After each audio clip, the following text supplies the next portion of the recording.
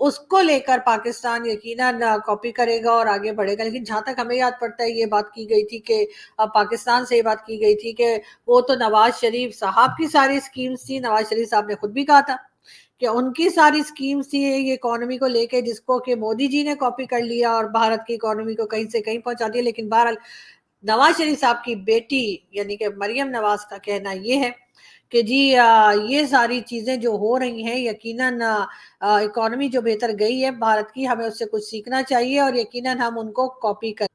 جی بات ہم کریں گے ایک بار پھر مریم نواز کی. پہلے ہم ایک کلپ دیکھتے ہیں اور پھر بات کرتے ہیں. جی ہاں، یہ کلپ آپ نے دیکھا، یہ مریم نواز کا کلپ تھا اور اس میں مریم نواز جو ہیں وہ اپنے فادر یعنی کہ اپنے ابا جی یعنی کہ اپنے پتا جی نواز شریف صاحب کے پاؤں چھوتی ہوئی اور ان سے آشیرواد لیتی ہوئی، ان سے دعائیں لیتی ہوئی آپ کو دکھائی دی ہیں. اس کے اوپر جی ہمارے سینئر جرنلسٹ حامد میر صاحب کا کہنا یہ ہے کہ انہوں نے حامد میر صاحب نے ٹویٹ لگائی اور اس میں رکھا یہ رسم کس مذہب کی ہے. میں یہ بتا دوں حامد میر صاحب کے ساتھ ہی میں نے رپلائی بھی لکھا ہوا ہے کہ اس کو تمیز کہتے ہیں. اور یہ ہر مذہب، یہ کسی بھی مذہب میں آپ کو یہ کر سکتے ہیں آپ، اور یہ عزت یہ رسپیکٹ آپ اپنے پیرنٹس کو دے سکتے ہیں. صرف فرق اتنا ہے کہ آپ کے پاس عقل ہونی چاہیے اور آپ اس طرح کی فضول کی باتیں نہ کر سکیں تو ہی بہتر ہوتا. عجیب سی بات ہے، ہمارے سینئر جرنلسٹ ہیں، بہت لوگ انہیں پسند کرتے ہیں، کئی ہمارے انڈین دوست بھی جو ہیں وہ تعریفیں کرتے نہیں تھکتے حامد میر صاحب کا. لیکن حامد میر صاحب اس طرح کی باتیں، اس طرح کی چھوٹی باتیں کر کے اپنے آپ کو بہت چھوٹا کر دیتے ہیں اور اپنی سوچ کو بہت چھوٹا بتا دیتے ہیں، اور جو کہ یقیناً بہت افسوسناک ہے. مریم نواز جو جس طرح سے اپنے فادر کو رسپیکٹ دے رہی تھیں، ان سے ان کے سامنے انہوں نے پاؤں چھوئے ان کے اور آشیرواد لیا یا دعائیں لی، تو وہ میرا خیال ہے حامد میر صاحب جیسے کو یہ اچھا نہیں لگتا بولتے ہوئے، لیکن یہ کہ حامد میر صاحب کو یہ بات نہیں کرنی چاہیے تھی اور ان کو کم سے کم اتنی عقل ہونی چاہیے تھی کہ کسی کے آگے بڑوں کے آگے انسان ہاتھ بھی جوڑتا ہے، پاؤں بھی چھوتا ہے اور اس کو رسپیکٹ دیتے ہیں. ہمارے یہاں ابھی تک سندھ میں یہ کلچر ابھی بھی چلتا چلا جا رہا ہے اور سندھ میں ابھی تک لوگ یہی کرتے ہیں. اس کے لیے نہ ہندو ہیں نہ مسلم ہیں، کسی بھی ریلیجن کے ہوتے ہیں، اپنے بڑوں کے سامنے ہاتھ بھی جوڑتے ہیں اور ان کے پاؤں بھی چھوئے جاتے ہیں. اور اگر آپ کو یقین نہیں تو آپ دیکھ لیجیے آصف علی زرداری صاحب کو دیکھ لیجیے، ان کی فیملی کو دیکھ لیجیے، باقی سندھی جو سندھ میں جو فیملیز رہتی ہیں ان کو دیکھ لیجیے.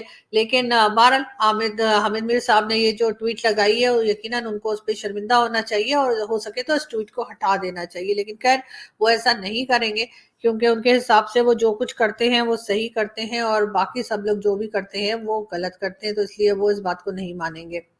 بہرحال بات ہم کر رہے ہیں پی ایم ایل این کی، اور تو ہم بات کریں گے ایک بار پھر مریم نواز کی اور ان کی ایک ساتھی یا ان کی پارٹی کی ایک کہنا چاہیے کہ پارلیمنٹیرین جو ان کی ہیں، ان کا نام ہے جی عظمیٰ کاردار. جی ہاں، عظمیٰ کاردار صاحبہ اکثر انڈین ٹی وی پر بھی آیا کرتی ہیں، میرے ساتھ بھی ایک دو شوز میں آئی ہیں، میرے پر بہت بھڑک بھی گئی ہیں، مجھے انہوں نے یہ بھی کہا ہے کہ تم چلی جاؤ انڈیا. لیکن خیر یہاں پر عظمیٰ کاردار صاحبہ جو ہیں وہ گلے ملنے کی کوشش کر رہی ہیں مریم نواز سے، اور جی ہاں مریم نواز نے ان کا ہاتھ ایک طرف کر کے ان کو ہٹا دیا اور اس کے اوپر جو ہے وہ پی ٹی آئی کے لوگوں نے بہت شور مچایا. یہ دیکھیے اس کے اوپر جی پی ٹی آئی کے لوگوں نے بہت کہا کہ جی بڑا ان کے ساتھ ظلم ہو گیا، بڑا ان کے ساتھ غلط ہو گیا، بڑی ان کی انسلٹ ہو گئی. اس کے جواب میں عظمیٰ کاردار صاحبہ کا کہنا یہ ہے کہ وہ جی ناشتہ کر رہی تھی، بریک فاسٹ کر رہی تھی اور ان کے ہاتھ میں لگا ہوا تھا تیل، اور اس وجہ سے انہوں نے ہاتھ خود ہی ہٹا دیا تھا. جبکہ ویڈیو تو خیر ہمیں کچھ اور ہی بتا رہی ہے، ویڈیو تو یہ بتا رہی ہے کہ مریم نواز شریف جو ہیں انہوں نے عظمیٰ کاردار کا ہاتھ ہٹا دیا ویسے، اور ہاتھوں میں ان کے جو جیسے وہ کہہ رہی ہیں کہ گھی یا تیل لگا ہوا تھا. تو بہت اچھی بات ہے کہ انہوں نے مریم صاحبہ نے اتنا برداشت کیا کہ اپنا نیا سوٹ، ایک دم قیمتی نیا سوٹ، آپ سوچ سکتے ہیں ان کے کپڑے کتنے مہنگے ہوتے ہیں، تو وہ اتنا ڈریس انہوں نے مہنگا پہنا ہوا تھا، ایک دم نیا ڈریس پہن کے وہ آئی تھی.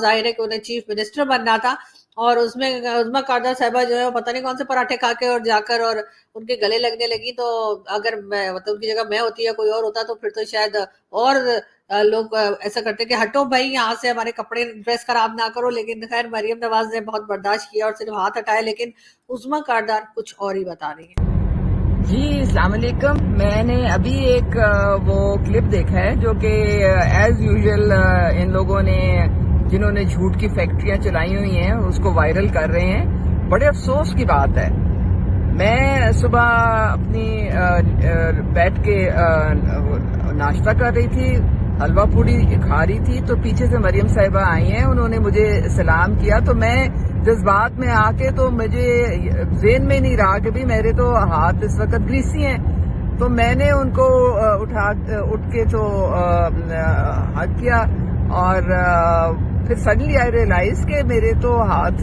جو ہیں اس میں وہ تیل لگا ہوا ہے، تو میں نے پھر خود ہی ہاتھ وہ اپنا نیچے کر لیا. مجھے زیادہ کیئرفل ہونا چاہیے تھا. خدا کا واسطہ ہے یہ اس طرح کی فضول. جی تو یہ تھی عظمیٰ کاردار جو بتا رہی تھی کہ جی میں نے خود ہی اپنا ہاتھ پیچھے کر لیا. تو ویڈیو دیکھ لیجئے میڈم، آپ نے ہاتھ پیچھے نہیں کیا، مریم نواز نے آپ کا ہاتھ پیچھے کروایا ہے.